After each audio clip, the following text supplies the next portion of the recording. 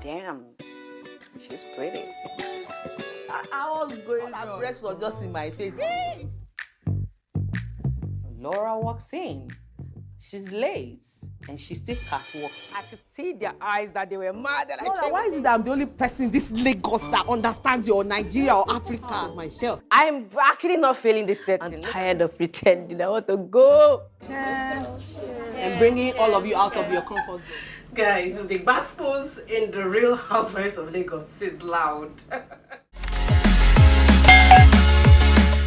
Oh my god, the question I'm going to ask you guys now that you want to, the question I really need to ask you guys right now is, can you guys handle the gospels of these ladies in the Real Housewives of Lagos? Like, this show, I'm here for all this content. And you guys, I know this is the average kind of content that people really want. People want really something really entertaining. And I was not just shocked, I was surprised at the level of realness that I actually experienced, just really taking my time to watch the Real Housewives of Lagos. Guys, I'm going to be giving you the gist, the first intro gist, the real episode 1, a little intro into all the things that we're going to be expecting. I'm going to be talking about the controversies behind the 6 characters we have for the Real Housewives of Lagos. You guys definitely want to get all the full gist. You guys know I come with the full story. This is another episode, and you guys know I love to keep it real. If you're new to the channel, you love reality shows, you love real-time stories, you love to have conversations about this kind of things, just click on the subscribe button right now. Please do that right now. Don't forget to turn on the post notification bell, as this would always help you get alerts of my video every time I share new content. Guys, let me just give you the gist of what happened in the first episode of the Real Housewives of Lagos, and I'm going to be giving you the underground gist. You guys know I come with the full story. Let's get into it already. So guys, in the first episode, we actually saw, of course, the high life, we saw the glitz, we saw the glam, we saw like how those guys, the expectation for the Real Housewives of Lagos is really loud, and I think they actually surpassed the standard that we expected to see. The show looks banging hot. Guys, I don't know, but I don't think I can give you all the full gist in this channel. If you can subscribe, please do subscribe. That show looks like it's interesting already. So in the very first episode, we actually saw the whole intro. You guys have had a video earlier, but I'm still going to talk about those people, but I'm going to be talking about the controversial part of their story, which is probably one of the reasons why they are the realest people to actually grace the screens for this epic reality show. So you guys, what we're going to be seeing is a glam and glitz of living the glamorous life, that dream lifestyle every woman wants to live. These ladies are currently living it in the Real Housewives of Lagos. So in the first episode, we actually saw those housemates cheering themselves, getting ready, and then we saw the scene where we saw Yabojo, and we saw Tiana, that's Toyin Lawani. And you guys, Toyin Lawani is the same person as Tiana. I don't know, but I think I really appreciate the way she has been able to separate her name from her brand. Sometimes it took me a very long time to actually know that she was the same person. When we heard Tiana, we were thinking of a different person. When we see Toyin Lawani, we're thinking of the same person, but they are just all in one person. So she was actually planning the launch of her kids, of her daughters, Leora's fashion launch. And so she actually hooked up on Yabojo, and they were talking about how they were going to plan the events, and then when we were having that chit chat, they were like, she wants to do something in Lekki, and she wants it to be something captivating that would attract the right kind of people and all that get her products. And so basically this is like the intro of the set, to also introducing the other people. So we actually ended up seeing them have the real party, and you guys, when they were having that launch, we saw those 5 housewives sitting down. Okay, wait, the 5 housewives did not come and sit down together. They came in gradually, and of course, just like I said, Laura Keji for some reason looks like she's going to be the snitch in this season of the Real Housewives of Lagos, because we actually saw her coming very late. You guys, I already complained that she didn't come for the launch, either for the Lagos or for the South Africa. I didn't see Laura. If you did, let me know.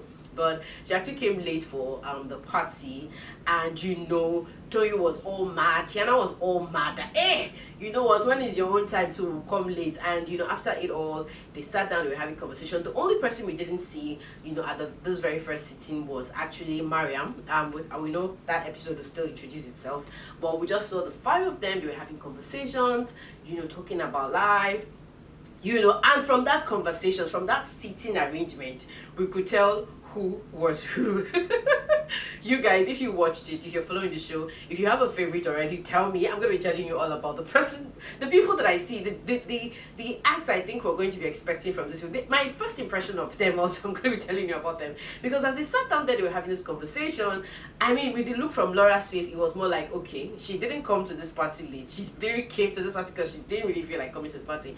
So we saw, I mean, Caroline was there, and for some reason, I just feel like Caroline is that melodramatic queen in this, because there's something really melodious about her drama. It's not like, the alaye kind of, it's not like the Agbery, it's not like the tout kind of drama that Toyin brings in. It's more like mellow. She's melodious when she talks about it. I mean, does her own drama thing. So we actually saw them have a conversation, and Toyin was just talking. They were talking about life. Toyin said she was going to take them to the beach, and they were like, I mean, when they were having that, Laura was like, I'm not going. That she does not trust Iyabo.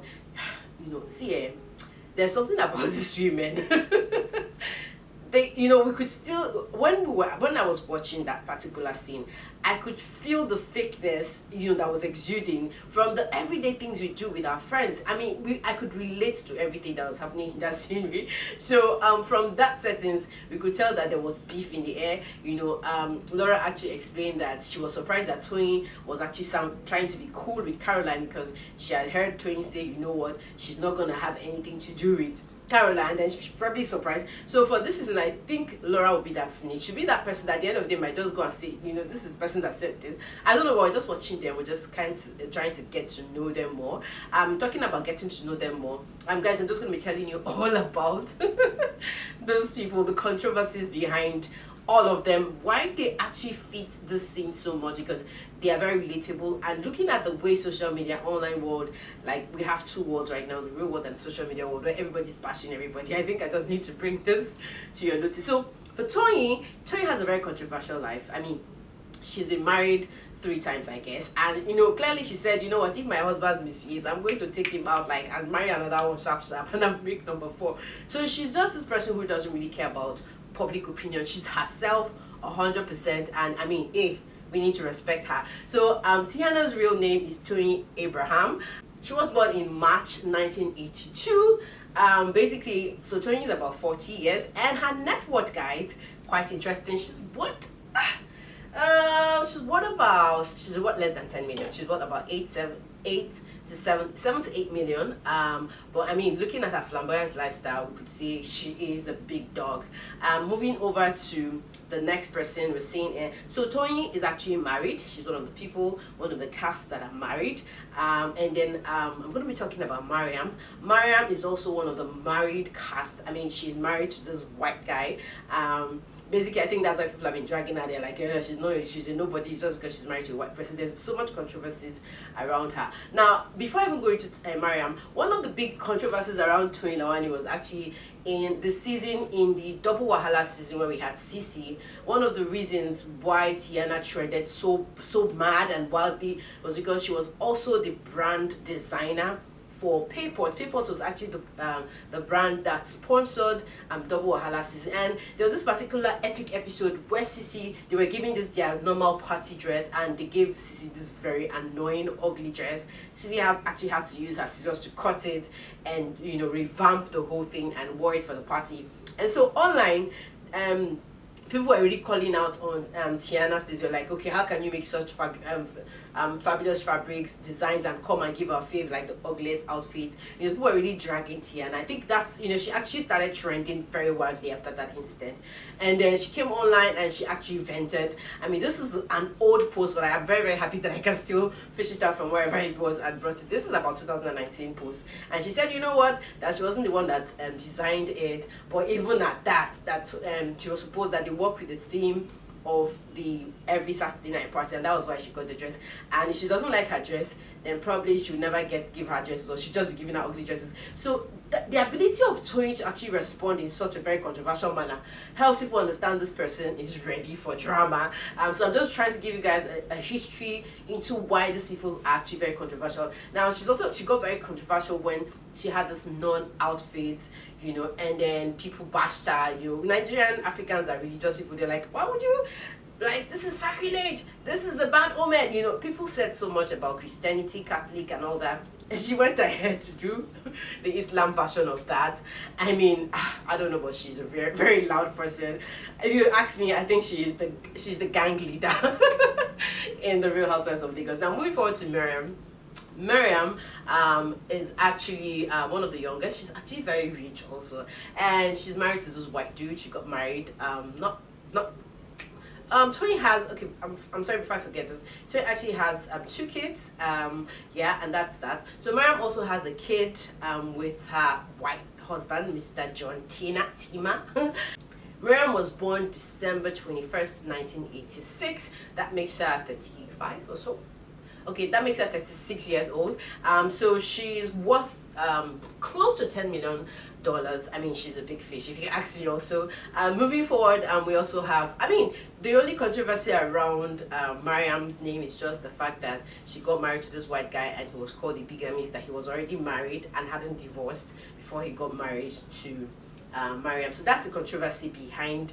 There's no other real loud controversy around her. Now guys, moving forward, another very controversial person there is Iyabo Alice Ojo. She's the oldest amongst them. She's also divorced. She says she doesn't even think she's going to get married again. She has kids, and she's right now very single, but she's dating, like she also told us. And she really got very controversial. She really got very loud when she went on her social media to campaign against pedophiles. There's a particular colleague, Baba Ijesha, that was alleged to have, you know, sexually assaulted an underage, and she was really loud. She was an advocate for that. She said she's not going to back down. She took the matter on her head, and that really got her a lot of haters, lovers. And she's like, you know what, her new relationship, she's not going to bring in anybody because she loves drama. So we just know she's going to be the drama queen for the season. Iyabo is worth less than 600 million. She was born in 1977. Precisely December 21st, 1977. So it looks like Mariam and Iyabo have the same date of birth. It's quite interesting. She's 44, and she gets angry when they call her Auntie Iyabo. You know, over here the Yoruba people have this great culture for respect and all that. So but anyways, she's keeping the real. She doesn't look like she's the oldest. She's just a fabulous person. We're looking forward to her past goals. Moving forward, we have Laura Ikeji. Laura Ikeji, you know, she's a fashion blogger. She's also very she expresses herself very, very expressive on social media. I mean, one of the controversies around her was that she got married to the elder brother of Kanu Nwankwo, you guys, and I mean, that was like, people were like, okay, she's a gold digger, that's why she got married to him. She also trended more than even her sister when Linda Ikeji was really getting viral over here in Nigeria. And then she also trended. She got very controversial when she went online to accuse a blogger, one blogger named Ifoma some time ago, for allegedly trying to steal her husband because she was creating multiple content about her husband. Guys, take a look at this video and then we'll continue from there. I don't mind. I can share. You are obsessed with this guy. You talk about this guy all the time. Like, that is the only person you blog about so often. You're obsessed with I feel very flattered, you know, like, you're obsessed with this guy. If you want my guy, let me know. I'm the wife. I am the legal wife. Let me know so that, you know, I can't help you. You stupid ass blackmailer. So Laura Ikeji was actually born March 15th, 1988. I mean, I don't know, but she's full of drama if you ask me. But I think she's going to be the snitch. She's going to be that person that's going to look at all of them like, you know what, we're going to table your fuck up. We're going to deal with it. I don't know, but she kind of reminds me of the audience. We here that are watching them with one eye. You know, Laura is just that lady. Guys, moving forward, we have Caroline Danjuma. Hutchins, I mean, she was once married, divorced. She had three kids. There's been so many controversies around her age. People say she's been trying to hide her age. Some people say she was born 1981, 82.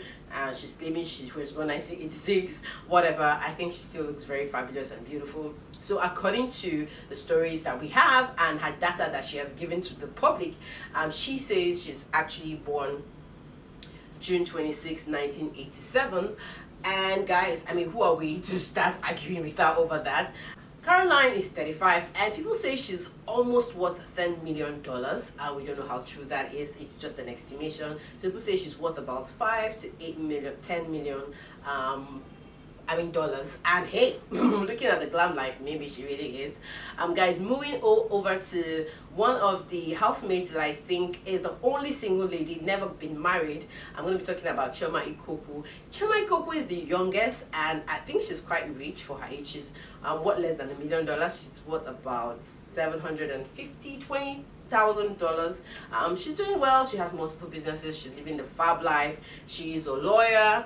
And then, of course, she was born June 29, 1989. I mean, she's 33 years old. One of the things I also have to say is, when we look at it, Chioma Ikoku's like the youngest. She's savvy. She's pretty as hell. And she's the only person who's not married. So, guys, looking at these ladies, there are a lot of controversies around them.